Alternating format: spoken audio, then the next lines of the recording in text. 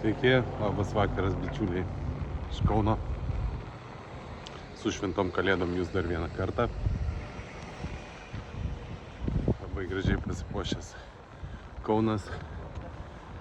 Ir aš dar pilnas įspūdžių iš piligriminės kelionės po Romą.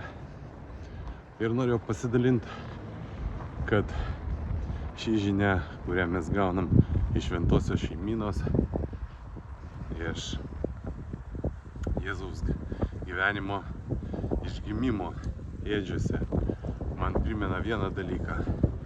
Ypač dar po draugiškų rungtynių, kurias mūsų žalės riedulininkai žaidė su Ukraina. Iš Sumo atvažiavo 2 autobusiukais, 3 autobusiukais, apšaudomi, bombarduojami. Ir vienas iš trenerių yra teritorinės gynybos narys.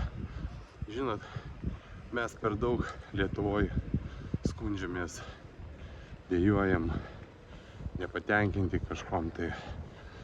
Tai aš galvoju, kad sąlygos yra superinės Lietuvoje kažką tai daryti. Ir reikia tik tai daryti.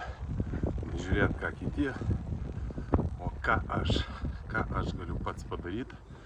Nes kitaip tokie žmonės, aš paklausau ar pardavimuose, ar kas kaučintis ateina.